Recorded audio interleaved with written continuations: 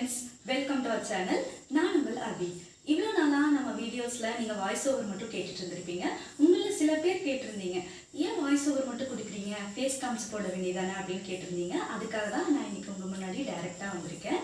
இவ்வளவு நாளா நம்ம சேனலுக்கு நீங்க நிறைய பேர் நிறைய விதத்துல சப்போர்ட் பண்ணீங்க. ரொம்ப ரொம்ப நன்றி. இனிமேலும் உங்க எல்லாத்தோட ஆதரவுமே எங்களுக்கு வேணும். இன்னைக்கு நம்ம ஒரு சின்ன vlog மாதிரி தாங்க பார்க்க போகிறோம். ஒரு நாள் வந்துட்டு சண்டே எங்கள் வீட்டில் லஞ்சுக்கு ப்ரிப்பேர் பண்ணும்போது ஒரு நான்வெஜ் எடுத்திருந்தோம். அதுக்கான ஒரு vlog தான் பார்க்க போகிறோம். நான்வெஜ் பார்த்துட்டோம் அப்படின்னா அன்னைக்கு நாங்கள் பிரியாணி செஞ்சுருந்தோம், வறுவல், குழம்பு இந்த மாதிரி தான் செஞ்சுருந்தோம். அது ஒரு ரொம்ப சிம்பிளாகவும் ரொம்ப ரொம்ப சூப்பராக டேஸ்ட்டாகவும் எப்படி பண்ணுறது அப்படிங்கிறதாங்க இந்த vlogல நம்ம பார்க்க போகிறோம். இப்போது ஃபஸ்ட்டு பிரியாணிக்கு தேவையான பேஸ்ட் ரெடி பண்ணிக்கலாங்க. அதுக்காக இஞ்சி ஒரு 10-12 துண்டு, கூடவே 3 பச்சை மிளகாய், வெள்ளைப்பூண்டு ஒரு 10-12 பல் சேர்த்துக்கோங்க. கூடவே தக்காளி பழம் ஒரு 2, ஒரு கைப்பிடி அளவு புதினா இலைகள், சின்ன வெங்காயம் 4-5 சேர்த்துட்டு கொஞ்சமாக மல்லி இலை சேர்த்துட்டு தண்ணி அளவாக விட்டு நல்லா இந்த மாதிரி பேஸ்ட் அரைச்சி வச்சுக்கோங்க. இப்போ பிரியாணிக்கு தேவையான பேஸ்ட் ரெடி ஆகிடுச்சு. அடுத்ததாக ஒரு பவுடர் ரெடி பண்ணிக்கலாம் பிரியாணிக்கு. அதில் கிராம்பு, பட்டை, சோம்பு, சீரகம், குருமிளகு, கசகசா, காஞ்ச மிளகாய், பிரியாணி இலை, கூடவே ஏலக்காய் 2 இதெல்லாம் எடுத்து போட்டு தண்ணி எதுவும் சேர்க்காமல் நல்லா பவுடராக அரைச்சி எடுத்துக்கோங்க. இப்போ நமக்கு பிரியாணிக்கு தேவையான பேஸ்ட், பவுடர் ரெண்டுமே ரெடி ஆகிருக்கு. அடுத்ததாக அடுப்பில் ஒரு பாத்திரம் வச்சுக்கோங்க. இன்றைக்கி நம்ம பிரியாணி பாத்திரத்தில் தான் எப்படி செய்கிறதுன்னு பார்க்க போகிறோங்க. அன்றைக்கி வந்துட்டு சண்டே மார்னிங் நாங்கள் தோசை செஞ்சு புளிச்சட்னி தாங்க அரைச்சிருந்தோம். லஞ்சுக்கு மட்டும் இந்த மாதிரி நான்வெஜ் செஞ்சுக்கலாம் அப்படிங்கிறது மாதிரி ஒரு ஐடியா பண்ணிவிட்டு செய்ய ஆரம்பித்தோம். ஒரு 11 மணிக்கு மேலே தான் செய்ய ஆரம்பித்தோம். இப்போ மணி கிட்டத்தட்ட ஒரு 12-12:30 இருக்கும். அப்போ தான் அப்படியே செஞ்சிட்ருந்தோம். எல்லாம் கட் பண்ணி எல்லாம் வச்சதுக்கப்புறமா நான் இன்றைக்கி எண்ணெய் தாங்க ஊற்றிருந்தோம், நெய் சேர்க்கலை. ஒரு 4-5 ஸ்பூன் எண்ணெய் விட்டுட்டு பிரியாணிக்கு போடக்கூடிய பிரியாணி இலை, பட்டை, கிராம்பு, சோம்பு இது எல்லாமே சேர்த்துக்கோங்க. கூடவே காரத்துக்கு ஏற்ற மாதிரி பச்சை மிளகாய் சேர்த்துக்கோங்க. நான் இன்றைக்கி 2 பச்சை மிளகாய் சேர்த்துருக்கேன். கூடவே அரைக்கும் போது ஒரு 3 பச்சை மிளகாய் சேர்த்துருந்தேன். இதெல்லாம் சேர்த்துட்டு நல்லா வதக்கி விடுங்க. கூடவே ஏலக்காய் ஒரு 2 சேர்த்துக்கோங்க.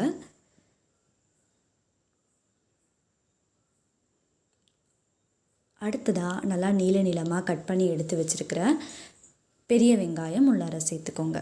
நான் இன்றைக்கி ஒரு 3 பெரிய வெங்காயம் சேர்த்துருந்தேங்க.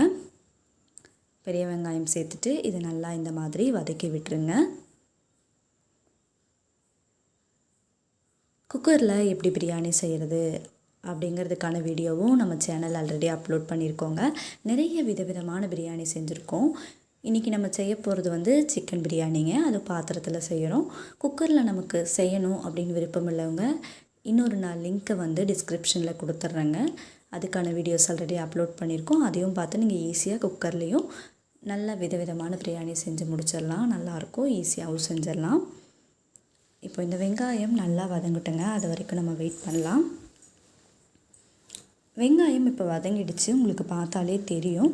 அடுத்ததாக கொஞ்சமாக தக்காளி பழத்தை உள்ளே சேர்த்துக்கோங்க. நான் இன்றைக்கி ஒரு 2 தக்காளி பழத்தை சின்னதாக கட் பண்ணிவிட்டு உள்ளே சேர்த்துருக்கேங்க. சேர்த்துட்டு இதை நல்லா இந்த மாதிரி வதக்கி விட்டுருங்க.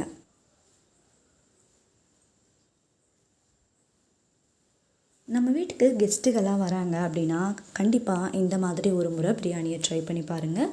எப்படி செஞ்சீங்க அப்படின்னு எல்லாருமே கேட்பாங்க. அந்தளவுக்கு இது ரொம்ப ரொம்ப நல்லாயிருக்கும்.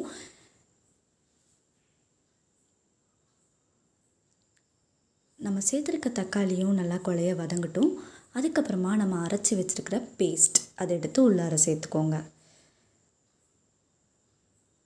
நல்லா மிக்சியை லைட்டாக அலசிட்டு அந்த தண்ணியையும் கொஞ்சம் நான் இன்னொரு கப்பில் ஊற்றி வச்சுருக்குறேங்க. பேஸ்ட் அரைச்ச மிக்சியில் தண்ணி ஊற்றி அலசிட்டு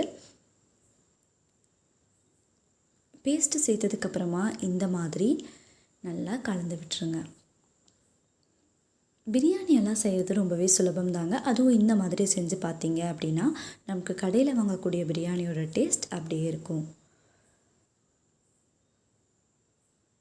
பேஸ்ட்டு சேர்த்ததுக்கப்புறமா அதோட பச்சை வாசனையெல்லாம் போகிற அளவுக்கு கொஞ்சம் நேரம் நல்லா வதங்கட்டும் விட்டுருங்க. கொஞ்சோண்டு இப்போ உப்பு சேர்த்துக்கோங்க. உப்பு சேர்த்துட்டு நல்லா கலந்து விட்டுருங்க.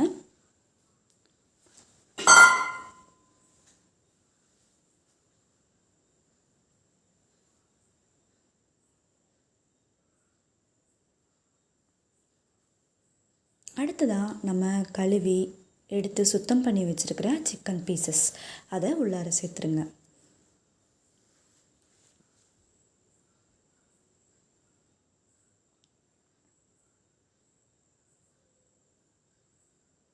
சிக்கன் பீசஸ் சேர்த்ததுக்கப்புறமா நல்லா நம்ம இருக்க பேஸ்ட்டு கூட மிக்ஸ் ஆகிற மாதிரி கலந்து விட்டுருங்க. அடுப்பு மீடியம் ஃப்ளேமில் வச்சிட்டிங்க அப்படின்னாலே கரெக்டாக இருக்குங்க.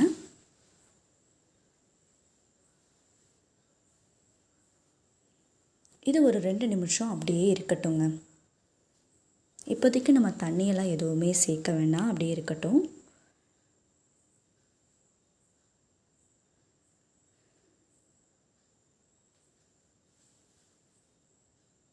அடுத்ததாக நம்ம ரெடி பண்ணி வச்சுருக்கிற பிரியாணி பவுடர் அதையும் எடுத்து உள்ளார சேர்த்துக்கோங்க. இந்த பிரியாணி பவுடர்லாம் நீங்கள் கொஞ்சம் அதிகமாக செஞ்சு வச்சிட்டிங்கன்னா கூட வேணுங்கும்போது எடுத்து யூஸ் பண்ணிக்கலாம்.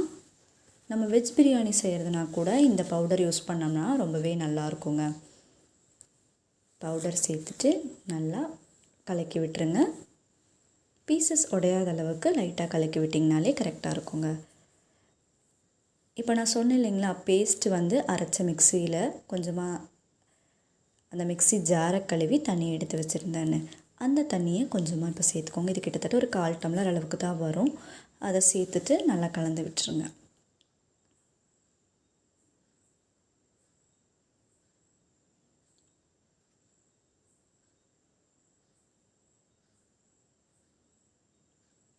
இப்போ அது ஒரு 2-3 நிமிஷம் வரைக்கும் அப்படியே இருக்கட்டுங்க.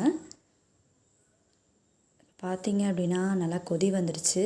இந்த சமயத்தில் நம்ம ஒரு 2 ஸ்பூன் அளவுக்கு கரம் மசாலா சேர்த்துக்கலாம். கூடவே மல்லித்தூள் 1 ஸ்பூன் சேர்த்துக்கோங்க. மஞ்சள் தூள் ஒரு பிஞ்ச் அளவுக்கு சேர்த்துட்டு, நான் இன்றைக்கி சேர்க்கும் போது கொஞ்சம் அதிகமாகவே மஞ்சள் தூள் சேர்த்துட்டேன். கொஞ்சமாக சேர்த்திங்கனாலே போதும்.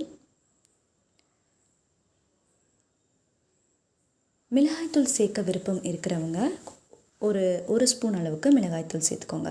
ஆல்ரெடி நம்ம பச்சை மிளகாய் சேர்த்துருக்கோம், கிட்டத்தட்ட ஒரு 5 பச்சை மிளகாய் சேர்த்துருக்குறோம்.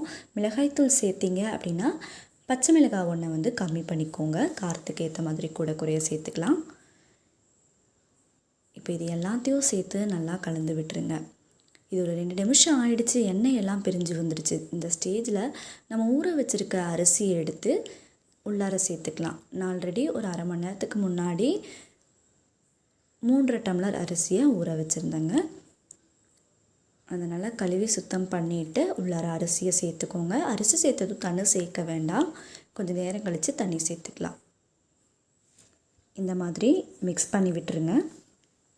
மிக்ஸ் பண்ணி விட்டுட்டு ஒரு 2 நிமிஷம் அப்படியே விட்டுருங்க. அப்படி விடும்போது நமக்கு நல்லா இந்த பிரியாணியில் கலரும் சேர்ந்து நல்லா கிடைக்கும். ஒவ்வொரு அரிசியிலையும் வந்துட்டு கலர் நல்லா பிடிச்சிருக்கும். அதே சமயத்தில் சாப்பிடும்போது டேஸ்ட் நல்லாயிருக்கும். இப்போ 3 டம்ளருக்கு தேவையான அளவு தண்ணி சேர்த்துக்கோங்க. நான் இன்றைக்கி ஒரு 7 டம்ளர் அளவுக்கு தண்ணி சேர்த்துருக்குறேன். வேணும்னா கொஞ்சோண்டு மட்டும் அதிகமாக தண்ணி சேர்த்துட்டு நல்லா மிக்ஸ் பண்ணி விட்டுக்கோங்க. உப்பு பார்த்துக்கோங்க. உப்பு சேர்க்கணும் அப்படின்னா மட்டும் கொஞ்சமாக சேர்த்து விட்டுருங்க. இப்போவே செம்ம ஸ்மெல் வருதுங்க. எப்படா ரெடி ஆகும் அப்படின்னு சொல்லிட்டு அப்படியே வெயிட் பண்ணிகிட்டே இருந்தோம். ஃபஸ்ட்டு வந்து நான் பிரியாணி தாங்க செய்ய ஸ்டார்ட் பண்ணோம். ஏன்னா பிரியாணி செஞ்சு முடிச்சிட்டோம் அப்படின்னா ஒரு பெரிய வேலையே முடிஞ்ச மாதிரி இருக்கும் அப்படிங்கிறதுக்காக பிரியாணி தான் ஃபஸ்ட்டு செஞ்சோம். இப்போ நான் இன்னும் கொஞ்சம் மட்டும் உப்பு ஆட் பண்ணிக்கிறேன். ஆட் பண்ணிவிட்டு நல்லா கலந்து விட்டுறேன்.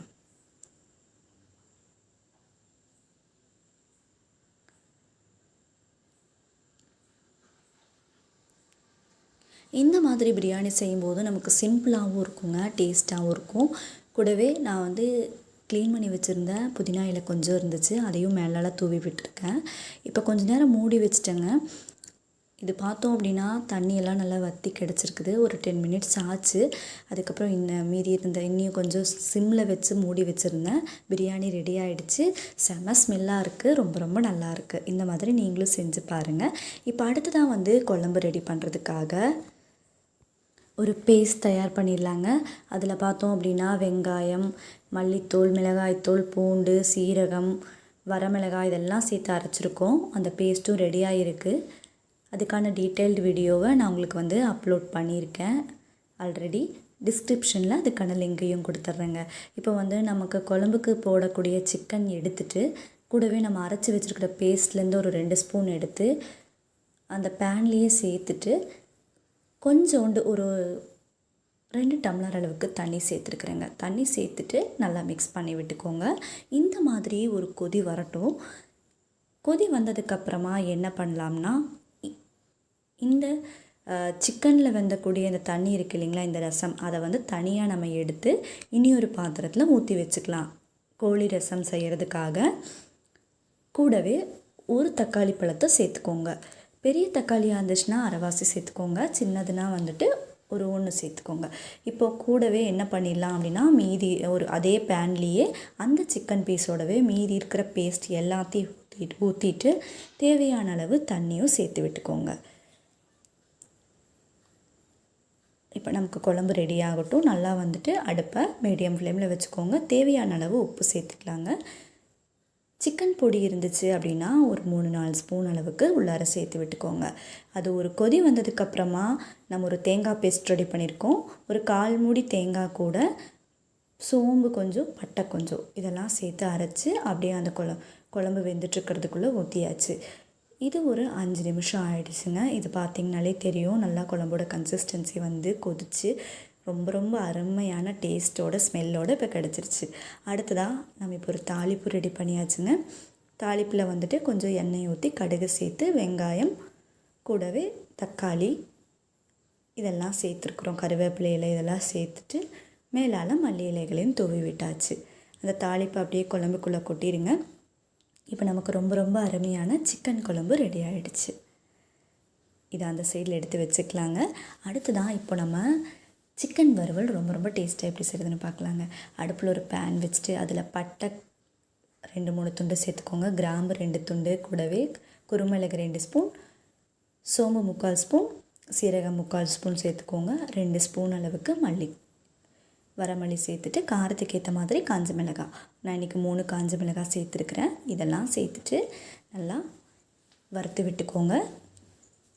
சூடு ஆறுனதுக்கப்புறமா ஒரு மிக்ஸி ஜாரில் போட்டுட்டு முந்திரி 4-5 எண்ணம், கூடவே 5-6 பல் பூண்டு, இஞ்சி 2-3 துண்டு இது எல்லாம் சேர்த்து கொஞ்சோண்டு மட்டும் தண்ணி விட்டுட்டு நல்லா பேஸ்ட்டாக அரைச்சி எடுத்துக்கோங்க.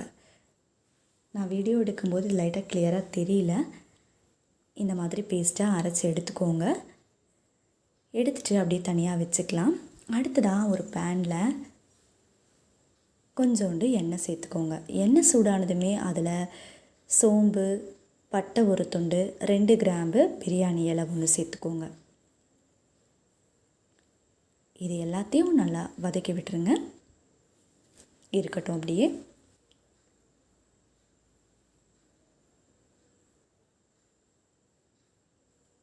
இப்போது இதில் 1 கப் அளவுக்கு பெரிய வெங்காயம் நீளமாக கட் பண்ணி எடுத்து வச்சது உள்ளே சேர்த்துக்கலாங்க. நான் இன்றைக்கி ஆல்ரெடி வந்து ஃபஸ்ட்டே என்னென்னலாம் வெங்காயம், தக்காளி, சின்ன வெங்காயம் பூண்டு, இஞ்சி இது எல்லாத்தையுமே வந்து நல்லா ரெடி பண்ணி வச்சுருந்தேன். அதனால் எடுத்து செய்யும்போது ஈஸியாக இருந்துச்சு. கூடவே 2 ஏலக்காயும் உள்ளே சேர்த்துக்கோங்க. 2 தக்காளி பழத்தை நல்லா நீளமாக கட் பண்ணிவிட்டு உள்ளே சேர்த்துக்கோங்க. நல்லா பழுத்த தக்காளி பழமாக நான் இன்றைக்கி சேர்த்துருக்குறேங்க. இதெல்லாம் சேர்த்துட்டு நல்லா மிக்ஸ் பண்ணி விட்டுக்கோங்க. அடுத்ததாக நம்ம வறுவலுக்குன்னு எடுத்து வச்சுருக்கிற சிக்கன் பீசஸ் எல்லாம் உள்ளே சேர்த்துக்கலாம். உள்ளார சேர்த்துட்டு லைட்டாக கலந்து விட்டுருங்க.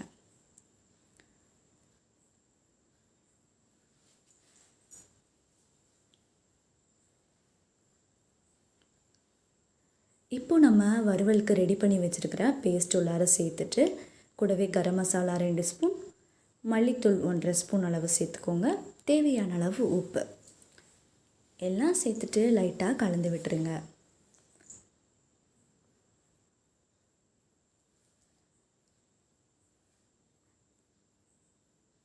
நம்ம நான்வெஜ்ஜெல்லாம் செய்யும்போது நமக்கு தேவையான பொருளெல்லாம் ஃபஸ்ட்டு எடுத்து வச்சுட்டு அதுக்கப்புறம் டக்கு டக்குன்னு செஞ்சு முடிச்சிட்டோம்னா ரொம்ப ஈஸியாகவும் குறைவான டைம்லேயும் அதே சமயத்தில் எதையுமே மறக்காமல் ரொம்ப ஈஸியாக செஞ்சு முடிச்சிடலாங்க. டேஸ்ட்டாகவும் இருக்கும்.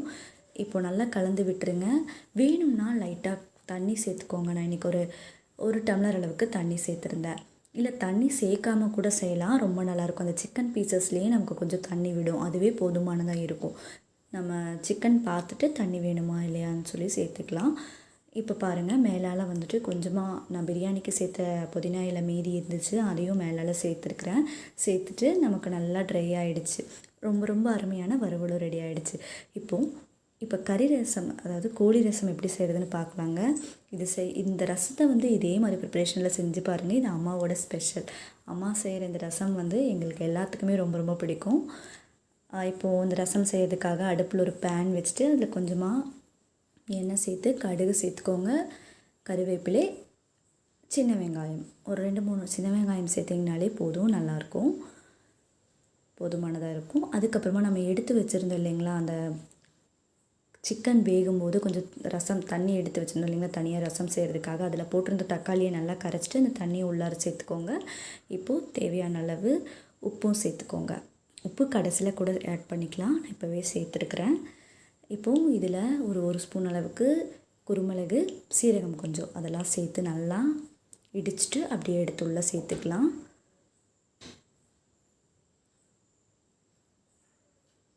சேர்த்ததுக்கப்புறமா பூண்டு நல்லா தட்டிட்டு கொஞ்சோண்டு உள்ளே சேர்த்துக்கோங்க. இது நல்லா நமக்கு காயட்டும். இப்போ நுரக்கட்டி இருக்குது பாருங்கள், கொஞ்சமாக மேலால் மல்லித்தலைகளை தூவி விட்டுக்கோங்க. லைட்டாக கொதிக்கிற ஸ்டேஜ் வரும்போது ஸ்டவ் ஆஃப் பண்ணிட்டுக்கோங்க. இந்த ரசம் பார்த்துட்டிங்கன்னா நமக்கு அவ்வளோ ஒரு சூப்பரான டேஸ்ட் கொடுக்குங்க. நீங்களும் இதை மறக்காமல் செஞ்சு பாருங்கள். நம்ம சேனலில் நிறைய வெரைட்டிஸ் ஆஃப் பிரியாணி, சிக்கன் குழம்பு, மட்டன் குழம்பு, மீன் வறுவல், மீன் குழம்பு, அதே மாதிரியே வறுவல்லையே நிறைய வெரைட்டிஸ் எல்லாமே செஞ்சுருக்கோங்க. அதுக்கான டீட்டெயில்டு வீடியோ எல்லாமே நான் டிஸ்கிரிப்ஷனில் கொடுத்துறேன். அதையும் பார்த்து நீங்கள் செஞ்சு பாருங்கள். ஒவ்வொரு ரெசிபியுமே ரொம்ப சிம்பிளாகவும் சாப்பிடும்போது அவ்வளோ டேஸ்ட்டாகவும் இருக்கும். செஞ்சு பார்த்துட்டு எப்படி இருந்துச்சு அப்படிங்கிறத மறக்காமல் எனக்கு கமெண்ட் பண்ணுங்கள். உங்கள் எல்லாத்துக்குமே கண்டிப்பாக இந்த வீடியோ பிடிச்சிருக்குன்னு நினைக்கிறேன். இந்த வீடியோ பிடிச்சிருந்தா மறக்காமல் நம்ம சேனலை சப்ஸ்கிரைப் பண்ணுங்கள், லைக் பண்ணுங்கள், ஷேர் பண்ணுங்கள். இன்னும் ஒரு புதுமையான ரெசிபியோட அடுத்த வீடியோவில் நான் உங்களை சந்திக்கிறேன். அதுவரை என்றும் இணைந்திருங்கள்.